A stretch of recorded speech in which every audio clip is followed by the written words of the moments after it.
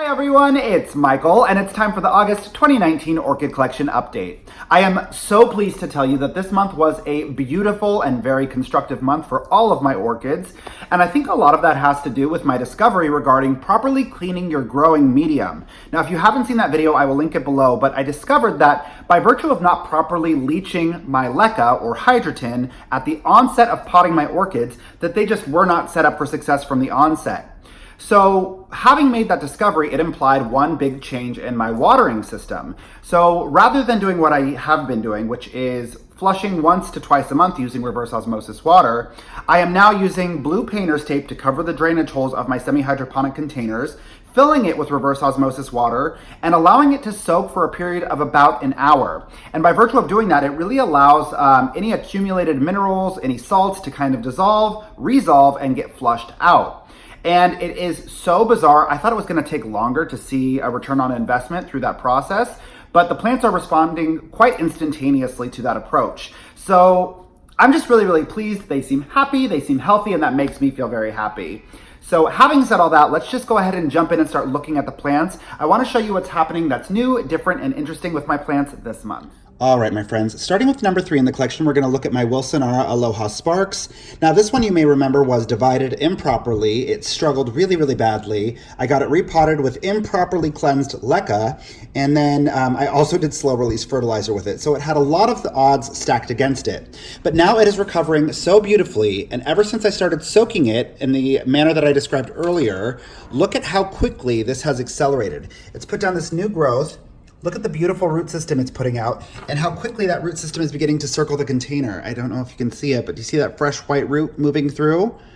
It is responding so quickly to there being less mineral content in the leca and actually beginning to grow downward. So that is a really positive sign and a pretty common theme this month. So that's really positive. Wanted to share that with you. We're going to jump to number 8 in the collection. This is my Mystic Maze Banfieldara. Now what I wanted to show you on this one is, and it's a minor difference, but I don't know if you'll even be able to tell.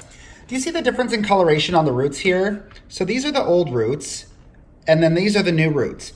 Ever since I started soaking this, it has thrown out a bunch of healthier new roots, and it was almost completely stunted. I didn't see any new root growth for a long time, and I think that was because of the excessive mineral content. But ever since I started soaking it, it has completely re-energized root growth. So that's really wonderful. Now I'm super excited to tell you about number 16 in the collection. This is my Nicolasa Tavares Dapper Dots Catasetum. And look what is putting out flower spikes again. You guys may remember this put out 4 flower spikes. It aborted 4 flower spikes and it was devastating to me. So I'm not holding my breath. I don't really know what's going to happen. These got so close to blooming last time, and right before they did is when they aborted. This plant, I have no idea what's going on. This plant has a complete will of its own. You can see it was a very successful grow season. Look how large. These are the new growths here, but it's not even done. Like if I take you over here, it's putting out a new growth over here. It has a new growth. I don't know if you can see it right in between those 2 big pseudobulbs. It has these flower spikes. It just doesn't seem to follow any particular cadence or rhythm. It's just doing its own thing. And the larger it gets, the more variation I see in the pseudobulb size. You can see this one right here. It looks like it's done growing because it's beginning to drop its leaves. You can see the spotting from when it had spider mites. It's beginning to drop its leaves, which is standard, but look how much smaller this growth is when it came in significantly later in the grow season than this growth. I don't know what to tell you. I've had this plant for over 2 years, so I should be really familiar with its temperament, but it just does whatever it wants to do. And I do feel like part of that is because I have not divided it into single bulb divisions. I think it would be more predictable if I only had the energy of one pseudobulb, but because it has all of this energy, all of these growths, it just is doing everything all the time. I am super thrilled to see it in spike again. I hope that these make it all the way to fruition and I can finally see what it looks like because I've never seen this plant in bloom. But it's really exciting either way. Now we're going to jump to number 18, my Zygopetalum, and I am so pleased to tell you for the very first time that this is actually doing better consistently. And the way that I can tell is look at this root system. So I potted this up super differently. I did something completely unprecedented for me, which is almost exclusively potting it in sphagnum moss. You can see that the leca I've placed inside really only comes up to the drainage holes. All of the new roots that you're seeing here are new roots. These have all just been put out. And you can see the leaves, which were super droopy and very sad earlier, have gotten much more turgid, they're much more awake, they're much more alive. So I'm curious to see how this progresses because it is just a complete change of pace from what it has been doing, but look how healthy it looks. That makes me super happy. I hope it continues this way. Another super exciting development is my Bulbophyllum Ambrosia. This is number 20 in my collection. It has never bloomed for me ever before. And look at this big, beautiful flower spike it has put out. I am so excited to see what happens with this one. I've never seen it in bloom. And again, this struggled. I had it in a lot of different grow mediums. I had it in semi-hydro. It never did very well. I now have it in this basket culture with just sphagnum moss. It's doing incredibly well. You can see it's putting out a new growth here. It put out a new growth on the opposite side right here. I also had this mounted and it didn't do very well, but I think it's because it was drying out so quickly. So this seems to be serving its needs really well. I have it in very close proximity to my humidifier. It gets bright indirect light. It gets a few beams of direct light for maybe 2 hours a day. And it has just suddenly just done the most and the best it's ever done. So I'm super, super excited to see this progressing. I can't wait to see this in bloom. I hear that the blooms smell like vanilla and honey, so I'm super, super curious to see what becomes of this guy. Oh, it's so cute. Okay, now we're gonna jump to number 25 in the collection. This is my Epidendrum Green Hornet. What I wanted to showcase here was, look who's in spike again. I will link the bloom profile for this one below. I love this plant. I love the smell of this plant. The smell can be polarizing. I know Danny thinks it smells like horse manure. I don't get that scent. I get kind of a licorice scent from it. But I'm excited to see this one in bloom again. I'm so, so pleased. And what's peculiar about this one, oh, this is from when I did the slow release fertilizer with it. I haven't cut it back yet because I kind of just want to see how this progresses. But I did the slow release fertilizer experiment with it. It hated it, but it has rebounded really, really well. Beyond that, I also took it out of the windowsill. I have it up here on this wall. So it gets bright indirect light and it's actually doing really, really well with significantly reduced light. So I'm surprised to see that it was able to even put out a spike with that lower level. But either way, I'm very, very pleased to see that progressing. Now, less happy story is number 26. This is my Alisara Stellar. Just look at it. It's just not doing great. And the reason it's not doing great is it never fully recovered from the slow release fertilizer experiment. This one, just all of the leaves yellowed. It just got very upset. So I think the odds were stacked against this one. In between not properly cleaning the grow medium and having the slow release fertilizer, I think I just slowly suffocated this plant's root system. And you can see this pseudobulb has rotted. This pseudobulb has rotted. It's all getting really, really mushy. It only has about 4 pseudobulbs that are viable left, but 2 leaves to photosynthesize. I think that there's a strong possibility I will be filming a and loving memory video for this one soon. It is, of course, very, very sad, but the good news is I feel confident that I know precisely where I went wrong with this one, and it's not a mistake I am likely to repeat. So we're gonna move on to number 31 in the collection. This is my Oncidium Wild Willy Pacific Bingo. And what I wanted to showcase is the exact same thing that's happening with number 3. Look how quickly, after being soaked, it is just throwing out new roots. And I mean, look at the mineral buildup, you guys. You can see it all over everything. You can see the salt accumulating. But this one has so quickly thrown out this healthy new growth since I have started soaking it in that reverse osmosis water and really giving it an opportunity to resolve that mineral buildup.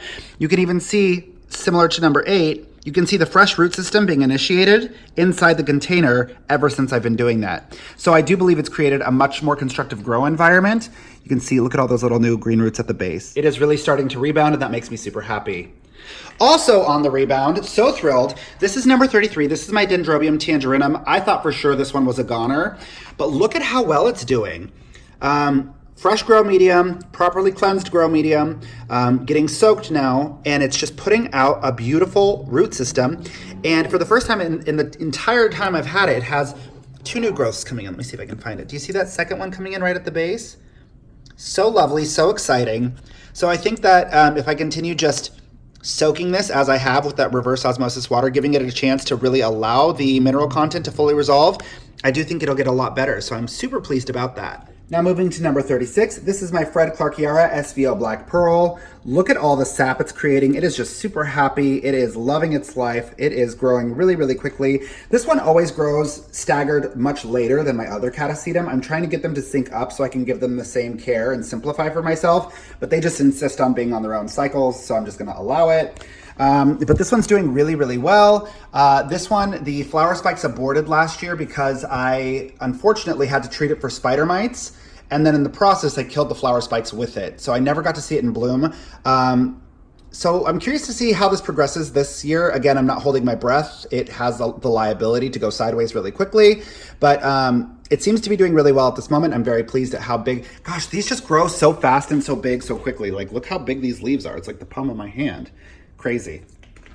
So now we're going to move over to number 39 in the collection. This is my Zygonesia cynosure. Just like my Zygopetalum, look who's suddenly decided to do really, really well. This transition has made all the difference. It has a new growth coming in. This is starting to expand and photosynthesize. And you may remember it's rotted. Every single growth it had has rotted before it even gets this far. So it seems to really be enjoying this giant grouping of sphagnum moss on top of the leca. Again, I don't think that this type of orchid requires to be grown this way. I just think that this is my unique workaround that happens to be working in Los Angeles for me, given the water quality and what's going on here. So I don't know, I'm so curious to see how this progresses. I really hope it works out. Let's see. One of the most exciting success stories for me is number 42. I declared this plant dead forever ago. Justin insisted it wasn't dead. The pseudobulbs pushed out these new growths. Then the pseudobulbs withered and died, and I was like, okay, this plant is for sure gone now. But now look at it. Ever since I've been soaking it, the new growths have just gained so much momentum. They look so happy and healthy. It's actually developing new pseudobulbs finally. It's putting down a whole gorgeous root system. Actually, I don't even know if you can see it in the container, but it has put down quite an expansive root system. And you can see these little furry, let's see if I can get it to focus. See these little furry roots coming out? For the first time, it has never ventured into the leca this way. And again, that started happening as soon as I started soaking it in reverse osmosis water and really allowing the mineral content to resolve. So that's super positive, very, very exciting. That was number 42. I'm not exactly sure which number this one is. I'll have to remind myself. But this is my Encyclia tampensis. This is one of the 3 that remain from my orchid flask experiment. But this one has been very, very immobile. It hasn't done much of anything for a very long time. But now that I've been soaking it, it has just been throwing roots out in the container. It seems super pleased, very, very happy. Let me see. You see that? It's even putting out new baby roots, new branches off of the old root system. So it's doing that there. It's just really peculiar to see how quickly these have responded to being soaked. So that is what's going on with that one. Jumping back in with number 46, this is my Oncidium Twinkle White Pink. I feel confident that this is going to give me a flower spike this year. Not only is it putting down new roots, not only does it have a beautiful new growth, the new growth from this year has actually superseded the size of all of the other old growths. So when you look at the bulb size, and then I take you in on this one, look how much bigger it is. So that's really, really positive. This one struggled for a long time when I had it in just semi-hydro. The top layer of sphagnum moss really helped. Soaking appears to be really helping. So this one is definitely on its way to being a very happy, healthy plant. Now we're going to jump to number 49. This is one I don't showcase often. This is my Miltoniopsis Burtfield Eileen. As we know, Miltoniopsis prefer cooler conditions and they're very challenging to keep in warm environments. So I actually have this one sitting in front of the AC, and every time it would put out a new growth, it would rot, as you can see from the remainders of its old growths here. But ever since I started soaking it, it is putting down a new root system and it has 2 new growths. So hopefully these don't rot. I've never seen it put out 2 new growths at one time. I'm not quite sure what will happen from here, but this does seem very positive. We're going to jump to a number, I believe it's 53. This is my Dendrobium hibiki. You may remember I had to divide this one. It was not doing well. It never did well. And what's sad and exciting is now it seems to be on the rebound. If I take you in, you can actually see it's putting down quite a healthy new root system. It's starting to hug the leca. It's putting out a bunch of new roots. And it's unfortunate because what this is telling me, and like, look at this new growth right here at the base. It is just doing really, really well. And it's never, ever accelerated in any way, shape, or form. It has only ever deteriorated for me. Now, what's unfortunate about this is I should have done this so long ago. If I had purchased this plant and then immediately gone through the process of dividing all of the keikis off of it and repotting it, not only am I certain that the entire plant would have done much better, I probably would have had like, I don't know, 10 or 12 plants. So it's unfortunate that it took me this long to figure it out, but it makes me really feel confident for future endeavors. If I encounter dendrobiums like this plant, I know exactly what to do with them. I should have just repotted them. I should have twisted off those keikis and made sure that the mother plant could sustain itself without trying to invest all of its energy in supporting those keikis. So now I know better, and that is a good learning lesson. I really hope this one ends up bouncing all the way back. Now we're going to jump to number 58. This is my Coryanthes macrantha self. What I wanted to showcase is, look at this. It has a beautiful new growth coming in. I'm just really excited. This one has done so unexpectedly well for me. I had no idea what I was doing when I got this plant, and I have since seen it through 2 flower spikes. So I'm very, very pleased with this. I hope to see it in bloom again soon. And then the last plant I want to showcase this month is number 59 in the collection. This is my Cloesia Rebecca Northern. And what's interesting is I repotted this at the wrong time. The new growth completely rotted away.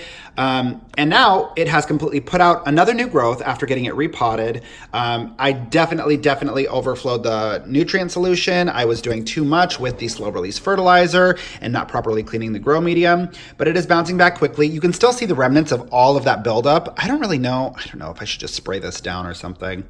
But it is on it's definitely on the rebound, and I'm just so surprised to see it has put out such a sizable new growth. I hope this momentum continues.